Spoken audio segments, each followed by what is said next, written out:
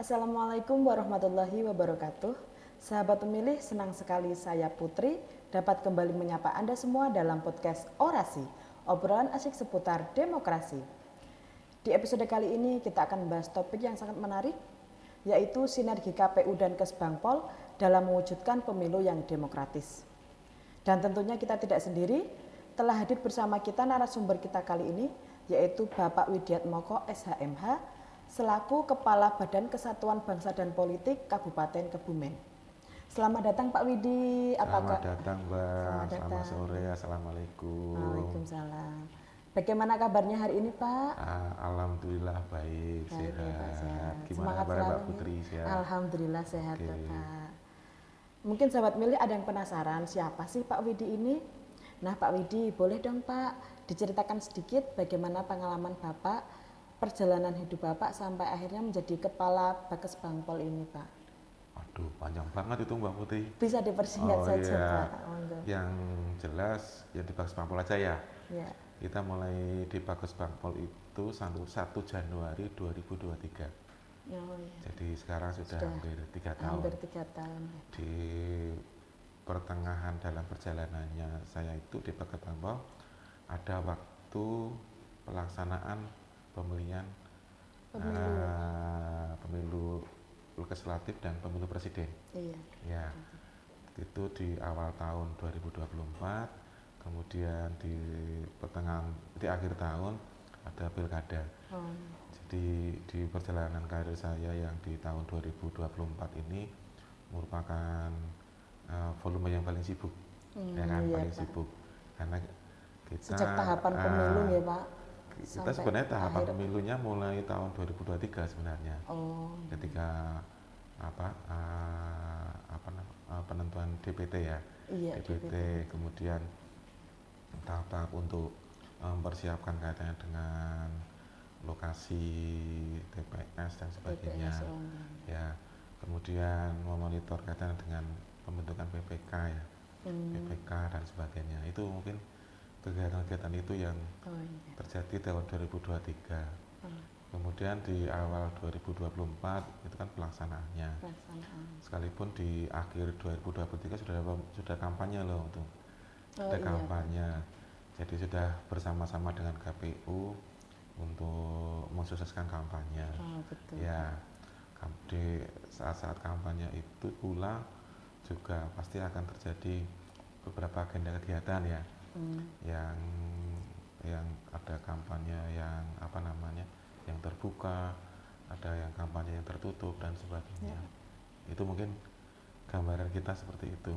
Kemudian Pak, di tahun 2025 ini merupakan masa di mana setelah selesai pasca pemilu dan pilkada ini sudah selesai dan sudah terpilih presiden, legislatif, bupati, sudah terpilih semua. Iya. Nah, tinggal persiapan di tahun 2031. Oh iya. Ya, untuk yang akan datang. Ya, baik. Karena di Pemda itu, di Kesbangpol itu akan mempersiapkan kaitannya dengan dana cadangan. Oh, dana cadangan. Itu Mbak. Pemilu yang luber jurdil, langsung, umum, bebas, rahasia, jujur, dan adil, itu kan tentunya tidak lepas dari peran berbagai lembaga, termasuk Kesbangpol. Nah, sebagai lembaga yang menangani urusan politik dan stabilitas di tingkat daerah, tentu Kesbangpol ini punya kontribusi penting dalam membangun iklim demokrasi yang sehat ya Pak ya. Nah, bisa dijelaskan nggak Pak secara singkat peran utama Badan Kesbangpol ini dalam ekosistem demokrasi khususnya terkait penyelenggaraan pemilu Pak? Peran utamanya itu di apa? Kalau posisi sekarang, ketika ini kan KPU off ya, KPU off, setelah pemilu selesai kan selesai. Tapi Kesbangpol itu mempunyai tugas mempersiapkan istilahnya pendidikan politik, mempersiapkan calon-calon pemilih, mensosialisasikan bahwa yang namanya pemilu itu adalah suksesi kepemimpinan. Nah, terjadi kepemimpinan itu harus dipahamkan kepada masyarakat sehingga aksesnya nanti di tahun 2031 itu masyarakat sudah ya jadi tidak pemilih 100% tapi cerdas ya sudah Pak ya. pemilih yang cerdas. Iya. Ketika pemilih cerdas itu kan akan tahu sebenarnya yang namanya judul itu seperti apa sih. Nah, Betul. itu disosialisasikan pada masyarakat. Jadi kalau di Kesbangpol nggak berhenti. Jadi hari ini, di bulan ini aja kami melakukan kegiatan-kegiatan dengan pendidikan politik sudah berapa tempat, gitu loh. Jadi kalau kami terus jalan terus, karena itu adalah tanggung jawab kami sebagai Badan Kesatuan Bangsa dan Politik, karena di belakangnya ada politik. Iya. Nah itu yang menjadi tugas kami, di samping suksesi kepemimpinan itu bagaimana memberikan pengaruh pada masyarakat terhadap kelangsungan bangsa. Kelangsungan bangsa itu kan macam-macam. Selain pemilu kan ada pemahaman ideologi. Nah, di pemahaman ideologi lah masyarakat harus paham bahwa kita sudah punya pilihan ideologinya Pancasila. Jadi itu harus paham. Sehingga kalau dikaitkan dengan judul tadi itu, gitu loh, ya judul ya berpancasialis gitu loh Mbak. Oke, itu mungkin gambarnya saya seperti itu. Kalau kegiatan-kegiatan. Jadi kalau kami mempersiapkannya dari awal. Dari awal itu dalam artian masyarakatnya, tidak hanya pelaksanaannya saja. Dari apa itu masyarakatnya. Sehingga sebenarnya kalau tahun kemarin pas pemilu yang kemarin itu justru permasalahan di kami itu muncul ketika menentukan daftar pemilih. Daftar pemilih itu karena harus ber-KTP kan. Nah, kalau setelah ber-KTP berarti kan mereka yang tidak punya KTP kan tidak bisa milih. Nah, sehingga kan kita harus memastikan bahwa generasi muda yang usianya sudah 17 tahun harus segera memiliki KTP. Nah, itu juga ternyata bukan pekerjaan mudah. Betul. Ya, ngejar-ngejar gitu nggak begitu mudah. Itu Mbak. Jadi baik Pak. Kegiatan-kegiatan kita seperti itu. Kalau di luar tahapan ya pendidikan pemilih ya Pak. Pendidikan politik. Pendidikan politik. Di dalamnya ada pemilih pemula. Nah, terus pemilih-pemilih yang istilahnya yang mereka akan tertarik terhadap dunia politik. Kan ada permintaan itu. Misalkan mereka akan berkecimpung di dunia politik. Nah, itu butuh ilmu. Baik. Ya, butuh ilmu kan. Sehingga ilmu itu kita mengambil narasumber. Narasumbernya biasanya dari akademisi. Nah, dia akan memberikan materi kepada calon-calon pemimpin bangsa. Kontestan pemilunya dilakukan pendidikan politik. Pemilih pemulanya juga ya Pak. Iya, sama-sama. Baik Pak. Ya. Namun tentu saja kan demokrasi tidak bisa berjalan sendiri, diperlukan sinergi dengan berbagai lembaga, salah satunya KPU. Nah, kolaborasi antar lembaga ini menjadi kunci dalam memastikan setiap tahapan pemilu itu berjalan lancar ya Pak. Terus bagaimana pandangan Kesbangpol ini mengenai pentingnya sinergi antara Kesbangpol dan KPU dalam setiap tahapan pemilu Pak? Terkait tahapan pemilu nih. Iya, kalau yang pertama tadi kan daftar pemilih ya. Iya. Daftar pemilih itu kita memastikan bahwa rekaman KTP itu lancar. Baik. Meskipun itu tugasnya Dukcapil. Iya. Tapi terus itu Kesbangpol perannya apa Pak? Jadi perannya bagaimana membangkitkan semangat orang-orang, mendorong orang kecamatan untuk melaksanakan tugas lebih. Nah, tugas lebih karena apa? Karena kalau sudah pada saatnya waktunya tidak dilaksanakan perekaman, dia kan nggak dapat KTP. Iya. Gitu loh. Atau mungkin satu lagi, kita juga melakukan sosialisasi kepada anak-anak sekolah. Anak sekolah itu satu yang dari DPT. Kemudian yang dari saat pelaksanaan, kalau yang pemilu kada jelas kami yang mengelola hibah. Iya, maksudnya kasarannya kan yang yang pemerintah daerah menghibahkan uang ke KPU melalui Kesbangpol. Ya, itu kalau yang pemilu kada. Tapi kalau yang pemilu presiden, pemilu itu langsung dari APBN. APBN itu dananya. Iya. Tapi pelaksanaannya KPU itu tidak akan bisa berjalan manakala orang kecamatan itu tidak jalan. Oh iya, jelas Pak. Nah, ya itu. Kalau orang kecamatan nggak jalan. Iya, Jadi betul. itu jadi Kesbangpol memastikan itu orang kecamatan salah satu tugas yang ditugaskan oleh bupati. Oh, Jadi tugas kan tugasnya bupati. Iya. Sampai teknisnya kan di Bakesbangpol. Betul. Gitu loh, Mbak. Oh, Jadi tanggung jawabnya kan bupati, tapi teknisnya di Bakesbangpol. Gitu. Orang kecamatan tuh maksudnya Orang pegawai kecamatan. Pegawai kecamatan. Oh, iya. Pegawai kecamatan harus memastikan bahwa kecamatan itu berjalan. Betul. Tidak ada yang kecamatan itu yang tidak berjalan. Karena satu kecamatan tidak berjalan, tahapan pemilu itu tidak akan berjalan. Betul sekali, Pak. Gitu loh, sehingga dipastikan, makanya KPU itu juga pintar juga untuk memastikan berjalan itu. Sekretaris PPK-nya orang kecamatan. Iya, rata-rata. Bendaranya orang kecamatan. Bendaranya orang kecamatan, sekretaris PPK orang kecamatan. Betul. Jadi sinergitasnya sudah sejauh itu. Enggak diragukan lagi. Jadi gitu bentuk sinergitasnya ya ketika tahapan pemilu langsung di lapangannya ya Pak, di kecamatannya. Iya, di lapangan. Bakesbangpolnya istilahnya langsung mengomandoi orang kecamatan seperti itu ya Pak ya? Oh tidak orang mengomandoin. Bukan mengomandoi Karena yang mengomandoin kan bupati. Iya. Ya, secara teknis saja di Secara teknis, di pelaksanaannya itu adalah ya bahasanya orang Jawa itu yang ngoprak-oprak. Yang ngoprak-oprak. Nah, yang ngoprak-oprak. Iya. Tapi yang ngomandain tetap bupati. Gitu loh. Karena itu tanggung jawab dari bupati.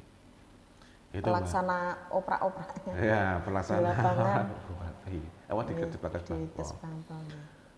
Misalkan contohnya coba aja misalkan nanti seperti kemarin kejadian kemarin ketika persoalan gudang PPK. Gudang, ya.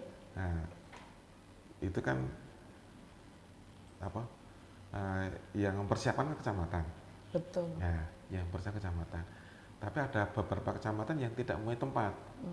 Nah, itu menjadi persoalan sehingga kita perlu menengahi gitu loh antara camat dan KPU supaya nanti bisa berjalan. Contohnya seperti itu, Mbak. Kemarin contohnya di kecamatan mana Pak itu? Ambal ya. Ya. Ada. Ambal. Sehingga kecamatan Ambal itu kemarin gudangnya kotak suara ada di aula. Aula kecamatan. Iya. Itu kan rawan terjadi hujan dan sebagainya. Nah itu kita pastikan ke sana, Pak Camat. Kalau ini nanti hujan, kira-kira nanti tempias enggak? Contohnya gitu. Baik, Pak. Nah Pak, koordinasi ini kan sangat penting dan alhamdulillah ketika pemilu dan pemilihan kemarin kan sudah terlaksana dengan baik. Udah teruji, udah teruji Mbak. Tapi begini Pak, di tengah situasi pemilu dan pemilihan ini kan rawan ya Pak terjadinya gesekan di masyarakat, apalagi yang berbeda pilihan seperti itu. Nah, ini bagaimana Kesbangpol mendukung terciptanya iklim politik yang kondusif Pak? Misalnya nih terkait pencegahan konflik antara pendukung partai ataupun pendukung calon. Kalau saya melihat kemarin itu jujur aja, pemilih Kebumen itu sudah dewasa. Sudah dewasa, sudah paham persis. hak dan kewajiban dia sebagai pemilih ya, gitu. Hampir tidak terlihat konfliknya, sehingga kita masih adem-adem ayam. Namun demikian kita tetap bergerak. Upaya kita biasanya gini, menghadirkan tokoh-tokoh masyarakat, tokoh-tokoh agama untuk berkumpul di kita, untuk menitipkan pada mereka, menitipkanlah ini kita akan melaksanakan pemilu pada tanggal sekian.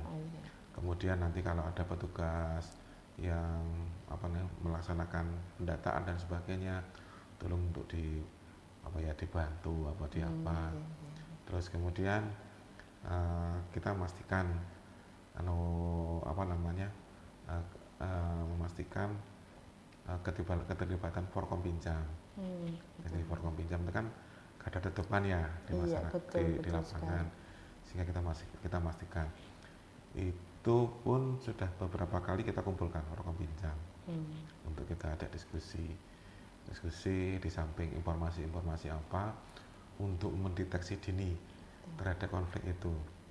Jadi misalkan laporan, contoh tadi ya ambal ya Pak Camat laporan, Pak ini gudang saya nggak ada yang representatif, kemudian adanya di apa ya kampung apa namanya kampung adat itu terlalu jauh. Gitu loh. Kita datang ke sana bersama dengan Forkompinjam untuk menyelesaikan.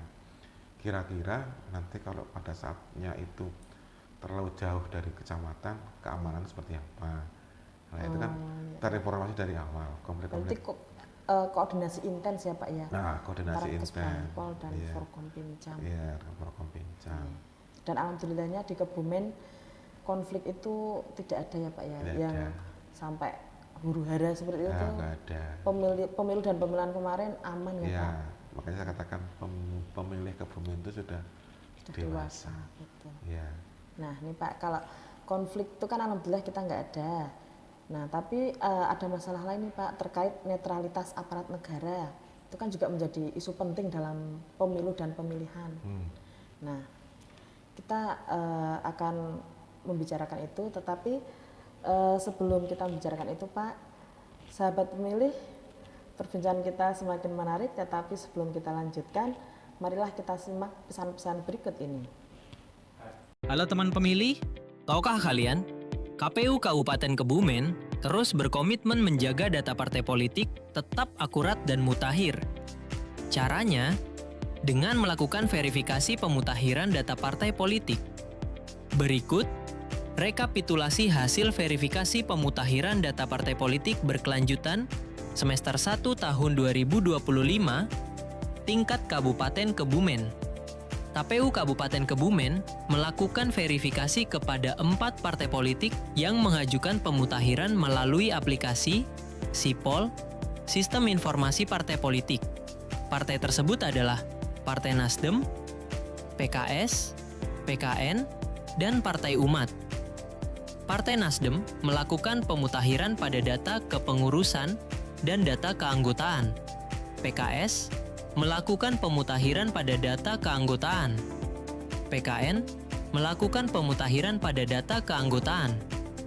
Partai Umat melakukan pemutakhiran pada data kepengurusan. Pemutakhiran data partai politik periode semester 2 tahun 2025 dilaksanakan sampai dengan 3 hari kerja sebelum akhir Desember tahun 2025. Bagi partai politik yang melakukan perubahan data dan dokumen, partai politik dapat memperbarui melalui aplikasi SIPOL.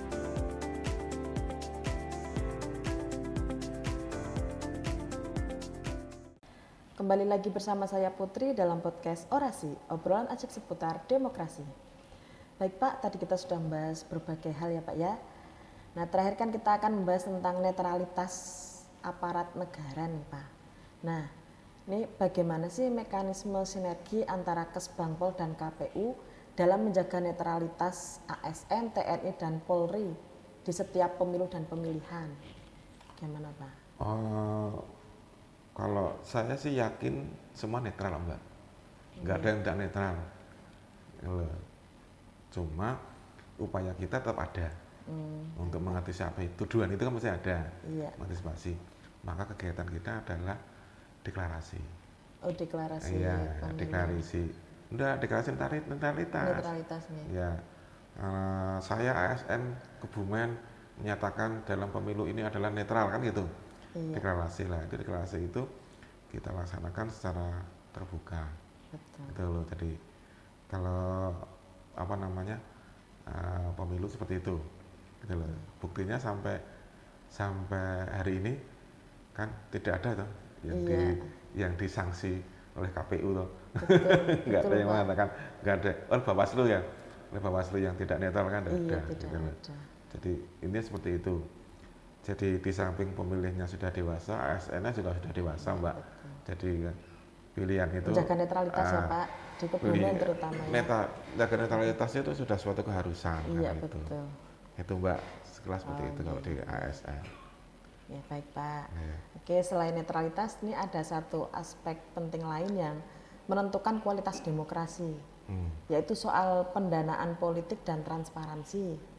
Nah, dalam konteks pendanaan politik dan transparansi ini, apakah Kesbangpol memiliki peran dalam melakukan pembinaan dan pengawasan, Pak? Jujur, itu kewenangannya BPK. Oh, BPK. Ya, soal yang 2024 kemarin hibah, itu merupakan kewenangan BPK. Dan BPK sudah melakukan audit dan kelihatannya juga tidak ada temuan. Tidak ada temuannya. Iya, berarti kan sudah transparansi ini kan sudah teruji, gitu loh. Jadi seperti itu, Mbak. Jadi kalau Kesbangpol tidak melakukan pengawasan itu. Pembinaan melakukan kalau pembinaan? Pembinaan tidak. Tidak. Karena Kesbangpol tugasnya hanya pembinaannya ini hanya mengkoreksi proposal yang ada, melanjutkan proposal ada, kemudian kita menyalurkan, kemudian pertanggungjawabannya diserahkan kepada pejabat pemeriksa. Jadi langsung ke BPK. Kalau hibah di KPU seperti itu. Memang di pemerintah daerah ada beberapa kegiatan yang langsung di-handle oleh BPK. Ya, selain di hibah ini, hibah dengan KPU, hibah dengan kepolisian, ada hibah dengan parpol. Ya, hibah dengan parpol itu juga sama. Khususnya kami hanya menerima proposal, kemudian proposal dijalankan oleh mereka. Proposal dari parpol? Dari parpol, kemudian disangkutnya sama dengan KPU. KPU juga membuat proposal, kemudian proposal kita verifikasi, setelah sesuai yang dinilai norma-normanya dan standar-standarnya gitu. Memang ada perbedaan standar itu, karena standar KPU dan standar pemerintah daerah berbeda. Tapi itu sudah menjadi keputusan Kementerian Dalam Negeri, kita mengikuti keputusan Dalam Negeri, gitu loh. Tapi kalau yang di parpol itu ANSIH mengikuti keputusan pemerintah daerah. Jadi nilainya misalkan contoh nilai narasumber katakanlah, itu kalau di KPU kan bisa mengikuti KPU. Tapi kalau yang di parpol mengikuti parpol. Jadi kita mengikuti regulasi yang ada. Sesuai jadi regulasi ya, cuma laporannya itu sudah menjadi ranah pemeriksa BPK. langsung. Gitu loh. Khusus yang dana-dana itu. Berarti Kesbangpol itu hanya mengoreksi proposalnya? Memverifikasi. Memverifikasi. Memverifikasi proposal dipadukan dengan norma-norma yang berlaku. Iya, sudah sesuai apa belum? Tadi contoh norma berlaku tadi kan ada perbedaan. Iya, ada. Antara yang Bangpol dengan yang KPU.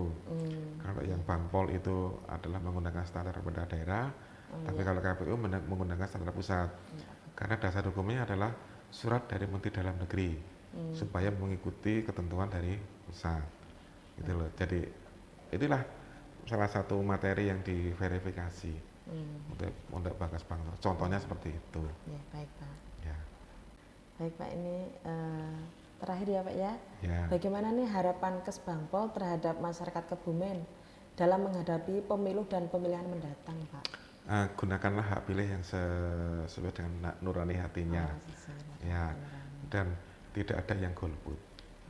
Ya. Karena itu bagian dari sistem ketatanegaraan kita. Betul, merubah suksesi kepemimpinan. Ya. Dan ini ya Pak ya, kehidupan kita itu ditentukan oleh pilihan kita sendiri ya Pak ya. Betul. Kalau kita abai terhadap masa depan bangsa ya, kita ya, sendiri yang akan rugi. Kesusahan. Iya, akan rugi. Apalagi memilih karena iming-iming materi yang tidak seberapa ya Pak ya. Iya. Baik. Nah kalau pesan khusus nih untuk KPU dan seluruh stakeholder agar sinergi antara Kesbangpol dan stakeholder ini semakin kuat untuk demokrasi Indonesia yang lebih baik itu apa Pak? Pesan khususnya? Kalau saya rasa kok saya tidak punya pesan khusus. Yang penting masyarakat Indonesia itu sehat. Atau kemudian berideologi Pancasila. Ya, harus itu wajib Pak. Ya iya kan gitu kan. Berideologi Pancasila kalau itu sudah pilihan bangsa kita. Iya betul. Itu Mbak. Kalau selalu jaga kesehatan dan ideologinya juga harus sehat ya Pak ya. Ideologi bukan Pancasila. Harus Pancasila. Iya, ideologinya harus Pancasila. Iya.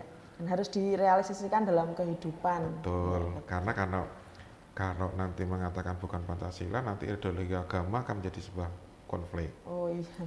Gitu loh. Itu sangat Makanya sensitif. kita selalu menekankan pentingnya adalah kita mengingatkan ideologi Pancasila. Betul, betul sekali. Baik sahabat pemilih, demikian tadi perbincangan kita dengan Pak Widi seputar sinergi KPU dan Kesbangpol dalam mewujudkan pemilu yang demokratis. Semoga tayangan ini memberi informasi yang bermanfaat untuk sahabat pemilih. Terima kasih banyak Pak Widi sudah hadir di podcast kita hari ini. Untuk sahabat pemilih, terima kasih sudah menyimak acara ini. Jangan lupa nantikan podcast orasi selanjutnya yang tentunya dengan topik dan obrolan yang tidak kalah menarik. Orasi obrolan asik seputar demokrasi. Wassalamualaikum warahmatullahi wabarakatuh.